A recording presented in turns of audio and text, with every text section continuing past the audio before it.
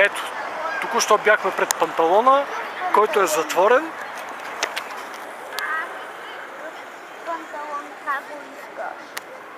Да видиш. Мама сега ни снима. Какво? Обърни се за... Валенти? Повтори, татенце. Често го един кълъв мина.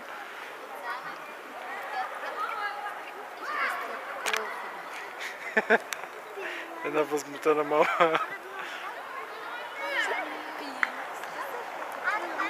Ето го. Бабе, коя е тази сграда, тати? Панталона! Това е панталона. Който отново е затворен. Е, там седи един дебел кълъв и ни спира да влизаме. През 5 години идваме и през 5 години го засичаме затворен. Да. Какво толкова крият в този панталон, не знам. Всеки път затворен. Сега го затвориха пред нас. Набръчка се.